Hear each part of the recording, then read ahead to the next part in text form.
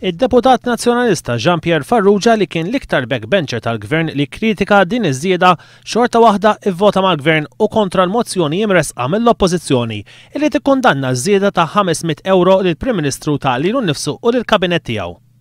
Minkejja li vvota b'dan il-mod u għalhekk il-Ministri u s-Segretarji Parlamentari se jibqgħu jieħdu żieda ta' €500 fil-ġimgħa, jammetti fi tmiem is-seduta parlamentari illi n-nies għandhom raġun igergru fuqha. Jiena naf li l-mod kif il-Gvern għamilha ma kienx ċara biżejjed, jiġifieri għamilha f'Marzu tal-2008 meta fil-pajjiż ma kienx hawn recession, imma sakemm saru jafu n-nies, ovvjament konna fl-eqqel ta' recession u nies bir-raġun ħassuhom murtati. Deputati oħra tal-gvern għażlu li ma jifqux jagħtu kummenti fuq kif ivvotaw.